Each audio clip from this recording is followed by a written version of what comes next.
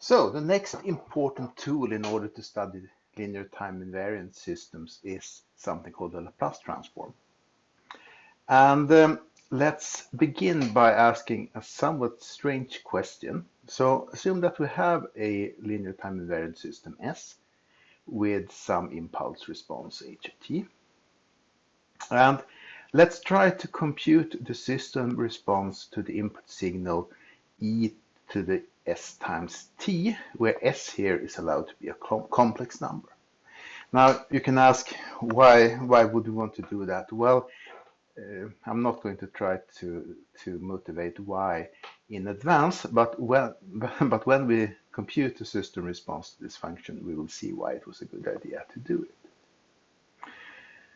So we know then that we can compute the corresponding output signal by computing the convolution of the input signal and the impulse response, i.e. the output signal y is the integral from minus infinity to infinity of e to the st times h of t minus tau, e to the s tau times h of t minus tau, I should say.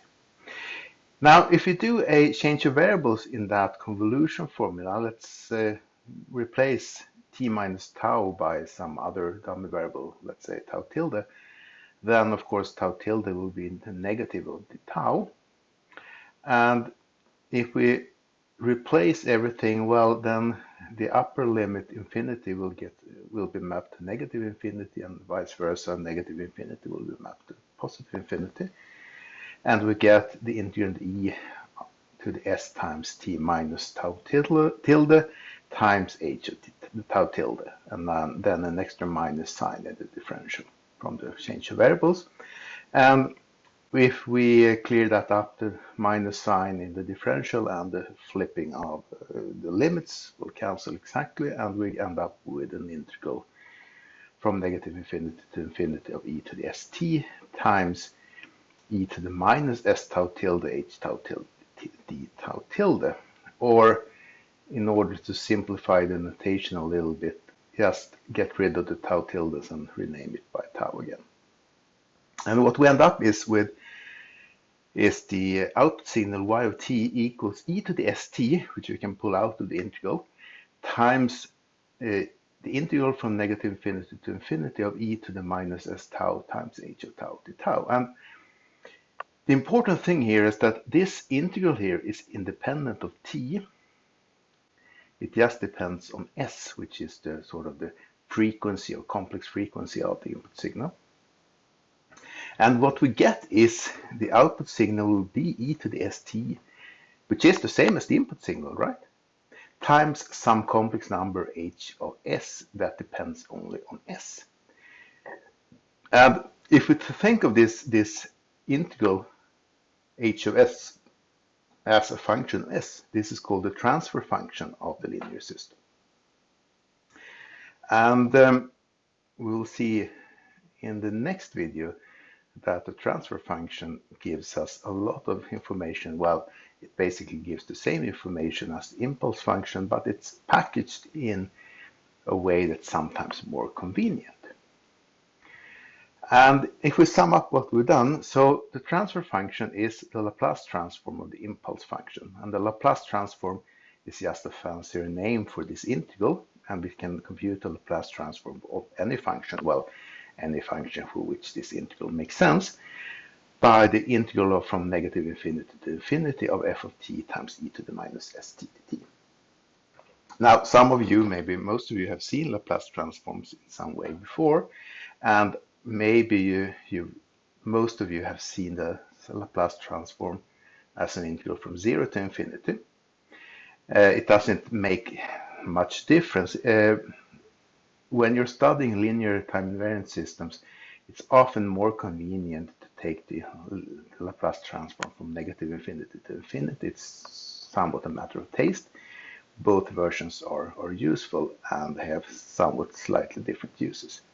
But of course, if you have a reasonable time invariant system, meaning a causal time invariant system, then the impulse response will be 0 for negative values of t, and of course in that case it doesn't really matter if we integrate from negative infinity or from 0 at the lower limit.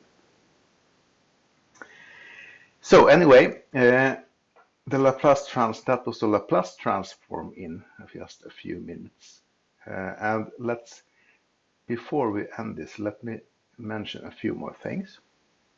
So in particular, if we choose a complex frequency S purely imaginary, so if S is I omega, where omega is a real number, then of course e to the st is the same as e to the I omega t, and if we remember our complex exponential functions, you will recognize this as the cosine of omega t plus I times the sine of omega t.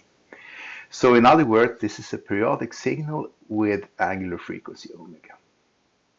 And if you look at the transfer function at I omega, that's something often called the frequency function of the system. And if we write down what that is, it's h of I omega, which will then be the integral from negative infinity to infinity of e to the minus I omega t ht dt.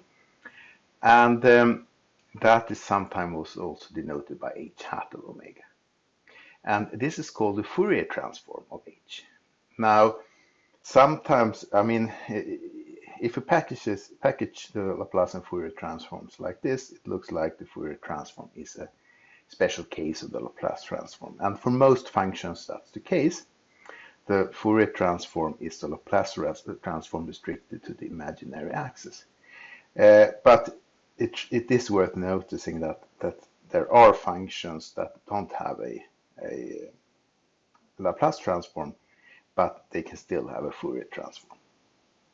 So sometimes the Fourier transform actually says a little bit more than the Laplace transform, even if it's in some sense a special case of the Laplace transform. And the final observation before we move on is that if you have a linear time invariant system S, then it will automatically map a periodic input signal e to the I omega t to a periodic output signal, which we have seen is some constant times e to the I omega t. So you can think of this in several ways. The mathematical way of thinking like this is that these complex exponential functions are eigenfunctions of the system. But the physical interpretation then is that the linear time invariant system automatically maps periodic input signals to periodic output signals of the same frequency. Now, if you're really pedantic here, you might say, well, okay, this is only true for pure sine and cosine input. Well, sure, but if you know a little bit about Fourier series, we know that any reasonable periodic signal of angular frequency omega can be written as a Fourier series, and by linearity then the system will map this Fourier series onto another Fourier series with the same angular frequency, and again the system will then map periodic input signals of a certain frequency or a certain frequency to output signals of the same frequency. Okay, that's it for now, and in the next video we'll look a little bit more about how this transfer function can be used to compute system response.